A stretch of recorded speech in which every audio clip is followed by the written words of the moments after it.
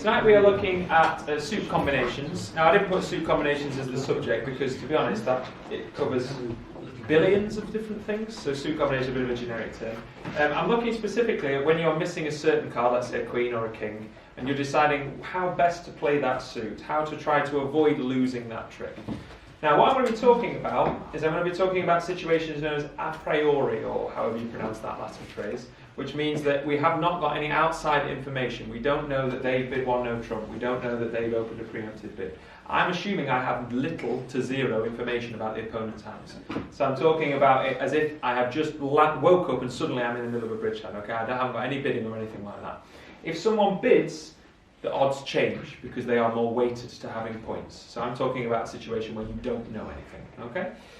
Now, when you are looking to play certain suit combinations, you're trying your best to maximise your number of tricks, and that's why finessing, almost always finessing, but not always, why finessing is such a good kind of technique to learn, because it gets more tricks out of a suit than you were given. It doesn't take a good bridge player to win aces. Sometimes, right, sometimes. It doesn't take a good bridge player to win aces. It takes a good bridge player to win cheaper cards than the bosses. Okay, so that's where it kind of comes into its own. Now, just do a little recap. I've put a full hand on there, but I've put finesses left, right and centre. Just to remind you, there are three different styles of finesse. There is the natural finesse, which is the spade suit, lead a baby card towards your finessing position. There's the sandwich finesse, lead an honour out and trap the card you want underneath your bigger cards, so leading the jack out underneath the ace king. There's the naked finesse, which we did a separate lesson on recently, which is a low diamond towards the king in the hope it becomes a trick. And then there is no finesse in the club suit. I'll talk about the club suit in a minute.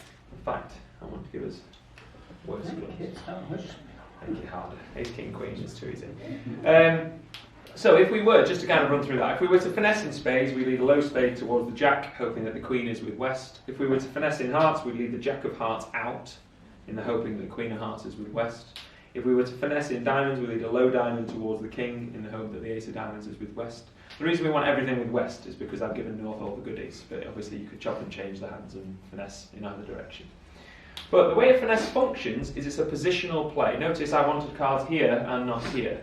So it's a 50%. They're either with this opponent or they're with this opponent. The finesse never changes in odds. Believe it or not, it is 50%. It is always 50%, and it will never be greater or worse than 50%. Finesse is a finesse. There are two different ways to play a suit, and the finesse is one of them. The other way to play a suit is you just play all your big cards and hope that people have played cards along with you, and then everything is a winner. That's known as a drop. So essentially you play your top cards down in the hope that one opponent is friendly enough to play the card you're missing underneath your bigger card. So if you just look at that club suit, if you play the ace king of clubs, it is possible that the queen jack of clubs appear underneath your ace king if the opponents are obliging. So the drop doesn't require much it doesn't require much finesse, in the sense that it doesn't require much technique. You just play big cards and cross your fingers. Okay, that's not particularly good, it's just you're hoping for something. Whereas the finesse, you have to be in a certain place and you have to kind of envisage how you're going to play the suit out. So finesse is more difficult to pull off because it requires entries and thought, essentially. A drop is just play your big cards. Okay? So there are two different ways of playing the suit in the hope that you avoid losing the tricks that you may or may not lose. So for example, in the spade suit, we could play a low spade to the jack, hoping that the queen of spades is with west. That is a 50% chance.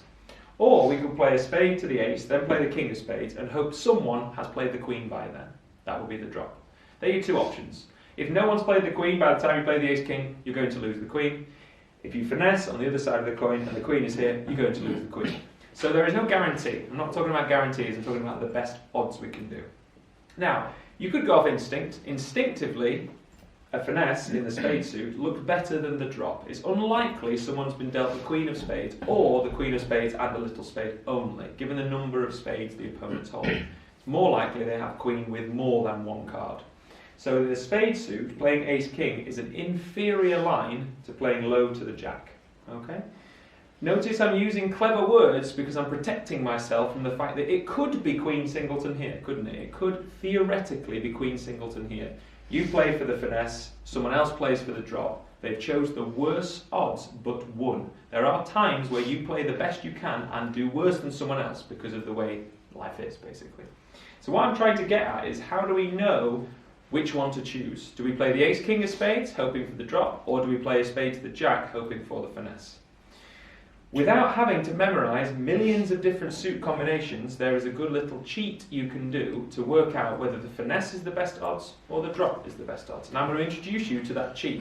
And I actually, when I was first introduced to it myself, couldn't believe it was right. And so I then painstakingly went through all these different suit combinations, and it works every time.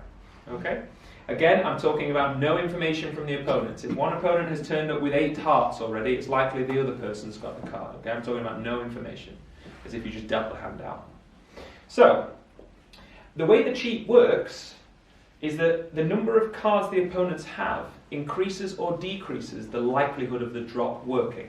For example, if I make this hand silly, I'll remove the suits. If I make this hand silly, just hypothetically speaking, if I was to give us 12 spades missing the queen of spades, okay, so that's 6 here and 6 here, let's say, it doesn't take a genius to work out that the ace of spades, someone has to play the queen of spades underneath it, because they have only one spade in their hands. So therefore the drop is a 100% chance, and the finesse is a 50% chance. Now this is a bit silly really, because you don't often get these suits. The point I'm trying to make is the more and more cards you have, the better and better drop becomes, and that's because they have fewer and fewer cards in the suit you're interested in. So they can protect their honours. It's more difficult for them to protect their honours, in the sense that the hand with the queen of spades now has absolutely no other spades with it, and we know that for 100%. Okay? If you decrease it by 1, it's still 100%, because queen X is the most they can hold. If you decrease it by another 1, it's now approaching less than 100%, but still a very high percentage. And as you go down and down the ladder, you get to a stage where drop becomes worse than 50%. The finesse is always 50%, whether you've got 10 cards, 3 cards, or somewhere in the middle. The drop is better when you have more cards in your suit, right? So, as you get to, there it becomes a point where, if you like, you go over the horizon and drop stops being the best and finesse becomes the best, okay? And you need to know, when is that? Because you want to play the suits to the best of your ability. So the way you work out whether drop or finesse is the best, rather than having to sit there and do some calculus and all this statistical analysis, there is a little cheat, as I say. And that cheat goes as follows. You count the number of cards you're missing. So the number of cards we are missing in this particular suit is 5, I hope. Yeah. And you divide them as evenly as possible between the two opponents. So 2.5 can't exist, so it's 3 and 2, right? So let's say it doesn't matter, by the way, where you put the 3 or the 2. We're doing this from a hypothetical standpoint. We're not talking about, I know you, Mr. or Mrs. West, have 3 cards. You haven't yet played a card, we're just trying to work out what the best odds are. Once you've divided the number of missing cards as best as you can, i.e. 3 and 2 in this instance, you then put the card you're interested in with the long holding. So the queen is most likely to be with the 3 rather than the 2. And the way I like to kind of dilute this down is, if you had 5 cards and one of them was interesting, and you dealt 3 to me and 2 to you, who's more likely to have it? It's the person with the 3, right? I've got a 60% chance of holding that card of interest. So when you divide a suit out, the person with more cards is more likely to have the card you care about, in this case the queen of spades. So you kind of earmark the queen, or the card you're interested in, with the long holding, just because that is the most likely thing that is happening, although I accept there is a chance it's over here. Okay? And then you decide, would the drop work? So in this hypothetical picture we've just painted, people are probably getting bored of you off in dreamland, you now have a situation where you could either finesse or drop, and you think about it from the drop perspective.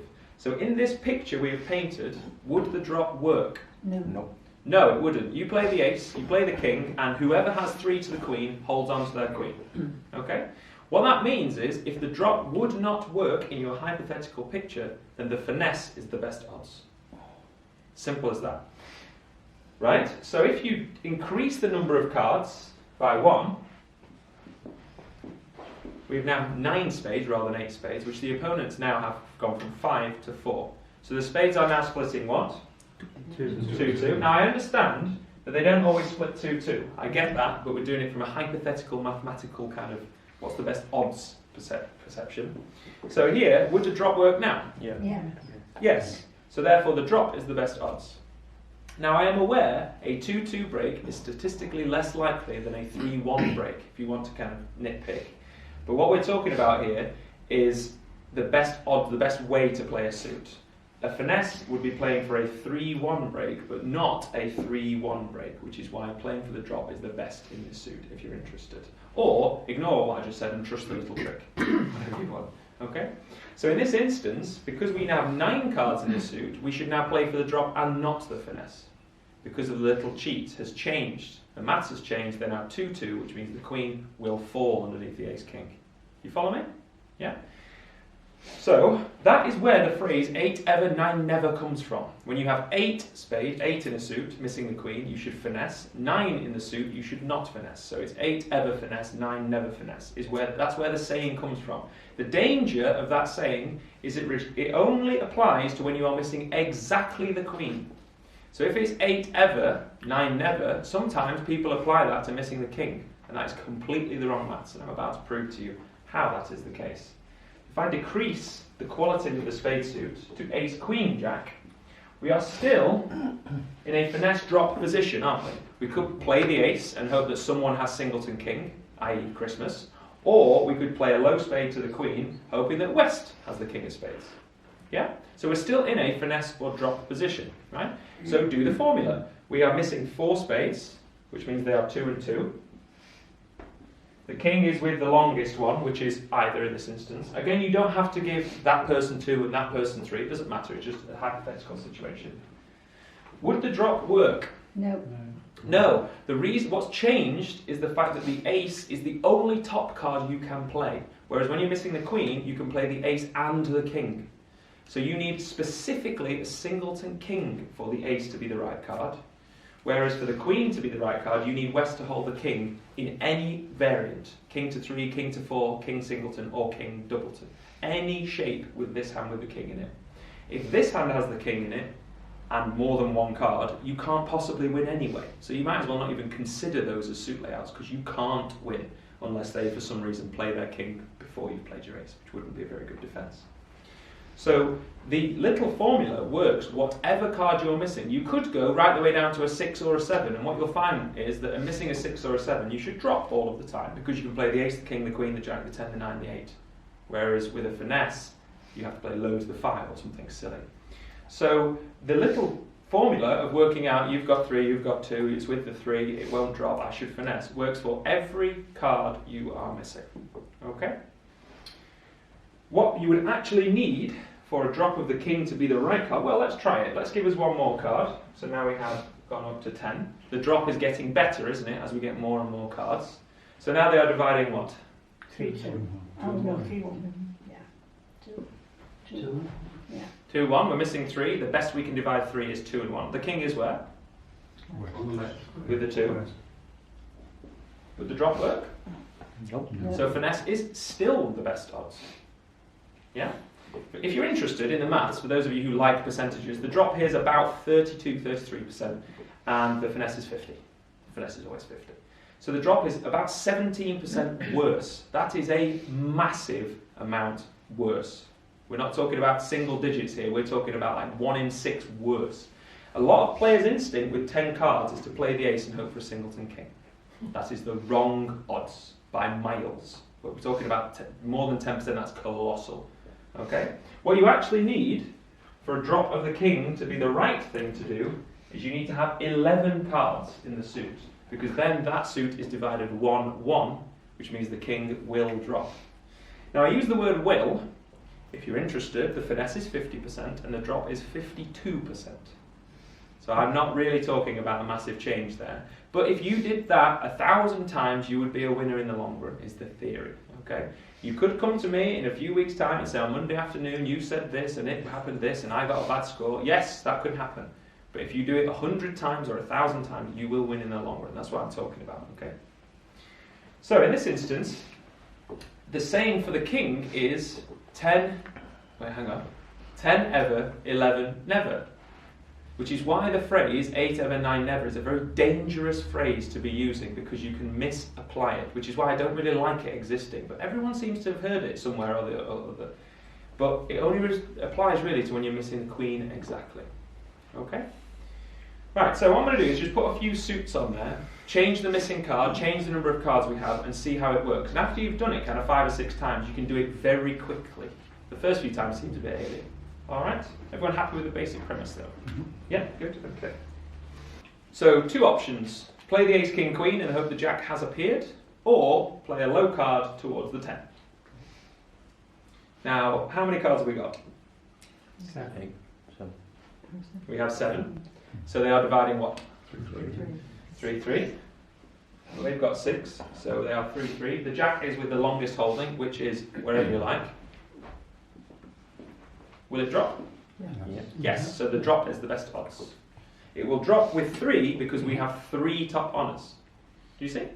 What you tend to find is finesse kings drop jacks. That's what tends to happen, because with jacks you can just play loads of cards, ace, king, queen. With kings you can only play your ace, so it's unlikely to drop. Queens is a very kind of an enigma in the sense that sometimes it's trying to finesse, sometimes it's trying to drop. You have to work it out on the fly, missing the queen.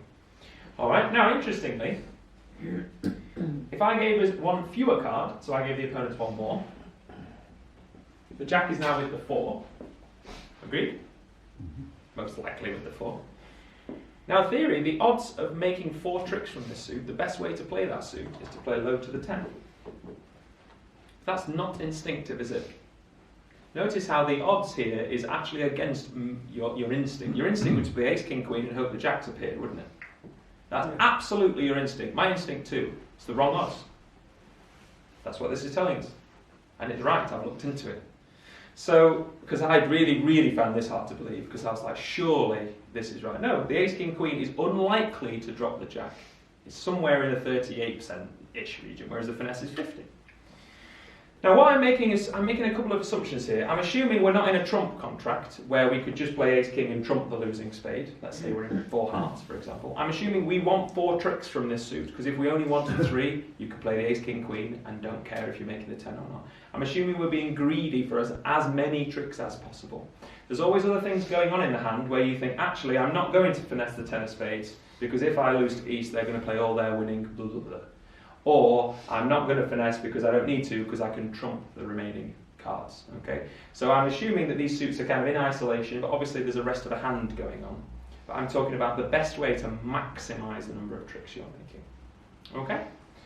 I suspect if I gave you that suit in 3 no trumps and you needed 4 tricks from it to make your contract, I suspect none of you would have played low to the 10. Me included, until I learnt about this, because it's just so against your instinct, isn't it? Okay?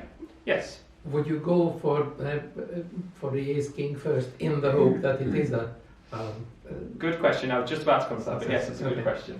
No, it's a good question. Now, one more thing, just to kind of clarify something I just said. If you take this suit for an example, and we are in, let's say, 4 hearts, and we have a billion hearts, something like that. I'm not worried about the clubs and the diamonds because they're irrelevant, let's say. Take the spade suit for an example. The odds say that you should finesse for the queen because we have 5 cards, which means they have 8. They are splitting 4-4, which means the queen is with 4, so the drop won't work, will it? You play the ace king, it's unlikely to drop the queen. With me? However, because we are in a trump contract, we don't need to risk the finesse. We aren't going to lose any spades. We play the king, then the ace, then trump the final spade. Yeah? So basic card play supersedes this. What I'm assuming is either you're in a no trump contract or you have losers in the suit. Here we don't have any losers, do we? No.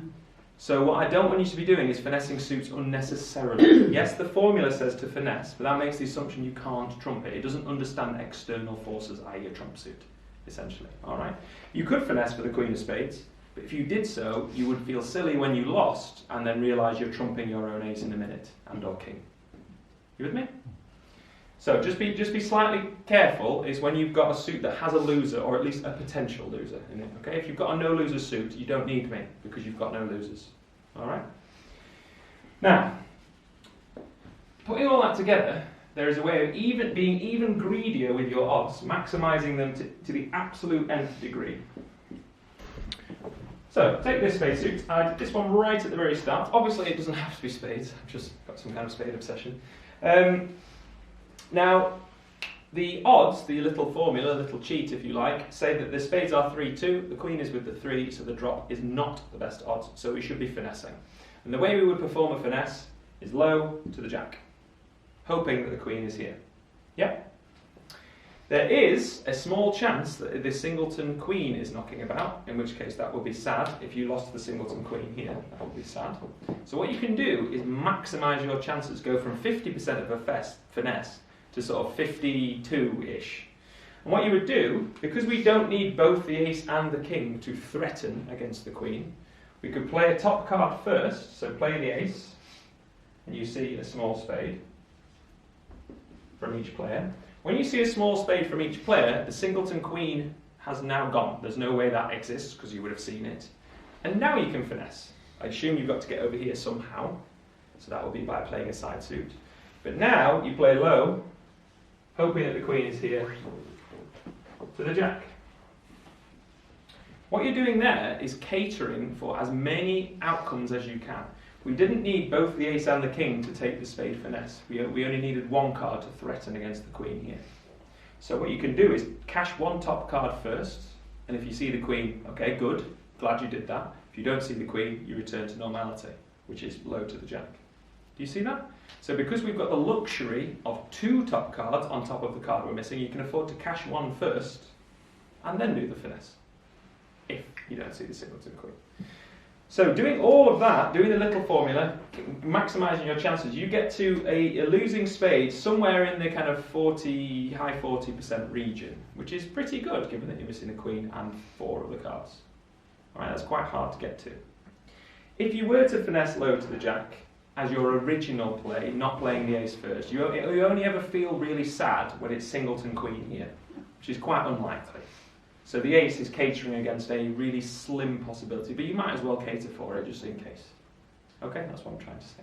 So if you can afford to cash a top card before finessing, do so. You can't afford to cash a top card if it ruins your finesse. So if you make it ace queen jack, you now can't afford to play your ace because that was the card you needed to perform the finesse. You with me? So you can only afford to cash a top card when you have 2 or more cards bigger than the card you're missing. Okay? Right. Now, one other thing. Sometimes you have a two-way finesse. This is a dreaded situation. I hate being in this situation because you're guaranteed to guess wrong, of course. And everyone else will probably think they're guaranteed to guess wrong as well. So in a two-way finesse position, what that means is basically what it sounds like. You can finesse this way through that opponent, or you can finesse this way through that opponent. You have a choice of who you think has the queen, in this instance the queen. So you could play low to the jack, hoping the queen is with west, or you could play low to the 10, hoping the queen is with east. That is a pure 50-50. You might feel like you probably get it wrong more than 1 in 2, but it is a 1 in 2 chance. So, assuming we have no information from the opponents, so i.e. they haven't bid and no one's sweating a lot or something, then you have a pure guess. The finesse is still the best odds though, as long as you do the little formula. In that we have a spade between us, which means we're missing 5, so they are 3 and 2. The queen is with the 3, so you should finesse. The problem you have is you don't know where the 3 is. Is the 3 here or here? We have no idea. But the finesse is still the best odds. You just have to guess which way to finesse. And you will get it wrong some of the time. Okay. So if you are to perform a finesse, which is the correct way, you might as well cash a top card first, as I was speaking about the previous example. So let's say we think East is more likely to have it because they did some bidding or something. Or we just don't like East, so we're finessing them. Play it here. I actually genuinely do that, by the way, finesse the one I don't like. You didn't hear me say that then. If I finesse through you know I'm upset now. Now we've cashed an ace and we haven't seen the singleton queen. We now are going to perform the finesse. So we play. You can either play the jack, performing a sandwich finesse, which is the best card, or low to the 10, performing a normal finesse. Okay? Finesse is still the best odds. You could go, well, I don't know which way to finesse, so I'm not going to bother. But then you're reducing your chances. So you might as well finesse, or unless you're convinced you are bad luck, in which case I suppose you could play ace king if you really don't like the idea of it. But you should still finesse, essentially. If I give us an extra card, just because we have a two-way finesse does not mean finesse is the best odds. Now, reapplying the formula, the spades are 2 and 2, the queen is dropping underneath the ace king, so play ace king. Okay? You don't have to finesse now. So the formula really is kind of a magic way of working out what the best odds are. And occasionally you will have a quandary as to how to play a suit. You just have to decide. Yes? Why is the jack the best? Because if the queen is there and it's long to the queen, it depends where the 9 is then, doesn't it? It does depend where the 9 is, that's a fair comment. The jack's the best from a psychological perspective because they're more likely to play the queen on the jack, Right. psychologically speaking. But if it's queen 9 to 4, you can't do it anyway. Yeah. But then you learn, and then if you've got the 8, you could refinesse. It's just a slightly better thing. Psychologically speaking, they're more likely to play the queen on the jack, which reveals things. And also, if they cover and it turns out they've got none left, you can then refinesse the small pips if you have them. But yes, the presence of the 9 is very important then, depending on how they're breaking. If you have a choice between a sandwich or a normal, it tends to be better to sandwich for 2 reasons, psychologically, and also it keeps the lead in the right place if it works, if they don't cover. So it's like a minor thing. Minor. Okay?